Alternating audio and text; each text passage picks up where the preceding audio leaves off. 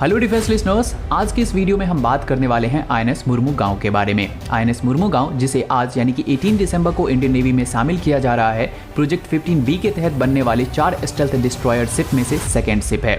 इस प्रोजेक्ट का first ship INS Visakhapatnam को लास्ट ईयर ही इंडियन नेवी में शामिल कर लिया गया था और बाकी बचे 2 शिप को 2023 और 2024 में इंडियन नेवी में शामिल किया जाएगा। प्रोजेक्ट 15B यानी कि ब्रावो क्लास प्रोजेक्ट 15A यानी कि कोलकाता क्लास के डिस्ट्रॉयर का सक्सेसर है।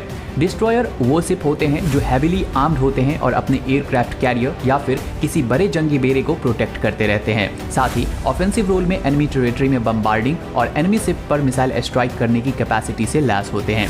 लेकिन मॉडर्न डे वॉरफेयर में स्टेल्थ एक ऐसा फीचर है जो कि किसी भी युद्ध के सिनेरियो में एक इंपॉर्टेंट रोल प्ले करता है और इसीलिए प्रोजेक्ट 15B के तहत बनने वाले सभी शिप स्टेल्थी शिप हैं। तो 163 मीटर लॉन्ग और 7,400 टन डिस्प्लेसमेंट वाला ये शिप आईएनएस मुर्मू गांव एक हाईली मैन्यूरेबल शिप है जो कि 30 नॉट यानी कि 56 किलोमीटर पर आवर की स्पीड पर अपने एनिमी शिप को अपने स्टेल्थ की मदद से चकमा देने में कैपेबल है। इस शिप की कील लेइंग सेरेमनी 4 जून 2015 में किया गया, जिसके बाद इसे 17 सितंबर 2016 को इसे लॉन्च कर दिया गया था। 15 दिसंबर 2021 को आईएनएस मुर्मू गांव ने अपने बेसिन ट्रायल कंप्लीट किए और 19 दिसंबर 2021 को ये शिप मिड सी ट्रायल के लिए भेजा गया था और ठीक 1 साल बाद मिड सी ट्रायल कंप्लीट करने के बाद आज यानी कि 18 दिसंबर को इसे नेवी में शामिल किया जा रहा है।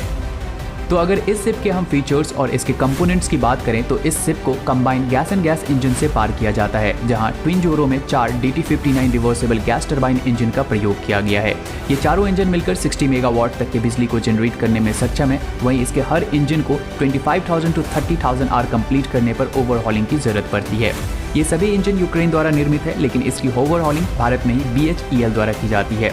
इस शिप पर पावर बैकअप के रूप में 2 kVm डीजल इंजन का भी यूज किया जाता है।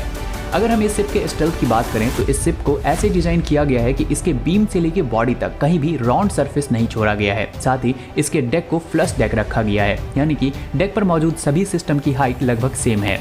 इससे इस शिप की रडार सिग्नेचर काफ़ी इंप्रूव हो जाती है और एनिमी की शिप इसे आसानी से डिटेक्ट भी नहीं कर पाती है। 300 क्रू जिसमें कि 250 सेलर्स और 50 ऑफिसर्स होते हैं, इसके साथ ये शिप 45 डेज तक सी के अंदर ऑपरेट होने में सक्षम है। वहीं अगर इसकी रेंज की बात करें तो आईएनएस मुर्मू गांव की रेंज 4000 नॉटिकल माइल यानी कि 7,400 किलोमीटर का है। तो आइए अब हम बात करते हैं इस शिप के सबसे इंपॉर्टेंट रडार, सेंसर्स और वेपन्स पैकेजेस की। तो इस शिप के सबसे आगे में दिया गया है एक मीडियम रेंज गन जो कि 76 mm का गन है, जिसे बाद में BAE सिस्टम द्वारा बनाए गए 127 mm गन से रिप्लेस किया जाना है, जिसके लिए अभी कॉन्ट्रैक्ट साइन होना बाकी है। इसके बाद इस शिप के ऊपर एक बो माउंटेड सोनार को लगाया गया है जिसे BEL और DRDO ने बनाया है। इस रडार का नाम है हमसा NG यानी कि हल माउंटेड सोनार अरे न्यू जनरेशन। वहीं इस रडार के बाद इस शिप पर अगले सेक्शन में ब्रह्मोस को लगाया गया है, जहां 16 के नंबर में vertically launch extended range BrahMos को लगाया गया है। ये एक्सटेंडेड रेंज 450 to 800 किलोमीटर तक का हो सकता है, लेकिन इस ब्रह्मोस को 2x8 सेल वाले वर्टिकल लॉन्च सिस्टम यानी कि VLS में रखा गया है। ये एक यूनिवर्सल वर्टिकल लॉन्च सिस्टम है जिसे DRDO ने बनाया है। वहीं नेक्स्ट सेक्शन में इस शिप पर 32 के नंबर में LR SAM को लगाया गया है, जिसे 2x8 सेल वाले VLS में ही रखा गया है। LR SAM 500 मीटर से लेकर 100 किलोमीटर तक के टारगेट को न्यूट्रलाइज करने में सक्षम है, यानी कि शॉर्ट रेंज से लेकर मीडियम रेंज तक के सभी टारगेट को ये इजीली न्यूट्रलाइज कर सकता है और शिप को डिफेंड कर सकता है। वहीं VLSR SAM को भी इस शिप के लिए बनाया जा रहा है, लेकिन इसके इंटीग्रेशन को लेकर अभी तक कोई अपडेट नहीं है।